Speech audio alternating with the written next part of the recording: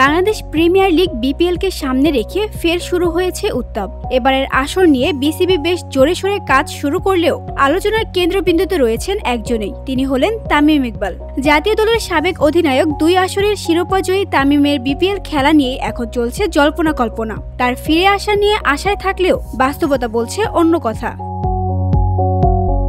মিরপুর শেরেবাংলা স্টেডিয়ামে গতকাল BCB trainer Yakub Chowdhury ডালিম স্পষ্ট জানিয়ে দিয়েছেন, তামিম এখনও প্রতিযোগিতামূলক ক্রিকেটের জন্য পুরোপুরি প্রস্তুত নন। ডালিম আরও বলেন, ক্রিকেটে ফিরতে চাইলে তামিম ইকবাল খেলতে পারেন শুধুমাত্র মজার জন্য, বিনোদনের অংশ হিসেবে। কিন্তু বিপিএল এর মতো হাই ভোল্টেজ টুর্নামেন্ট কিংবা সেমিফাইনাল, ফাইনালের চাপ নেওয়া এখনই উচিত হবে না। তবে সিদ্ধান্তটা একান্তই তামিমের। সবাইকে কাঁদিয়ে মাঠ ছাড়তে হয়েছিল তামিমকে।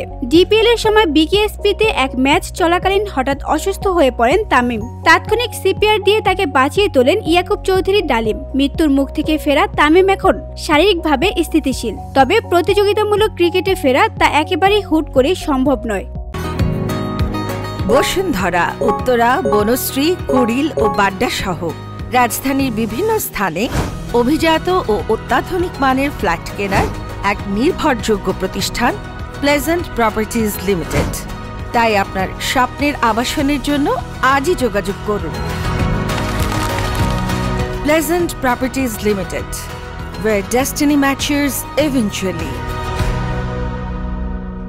আসার কথা একটাই, দিন দুয়েক আগে তামিম নিজেই জানিয়েছেন, চেষ্টা করব বিপিএল দিয়েই ফিরতে।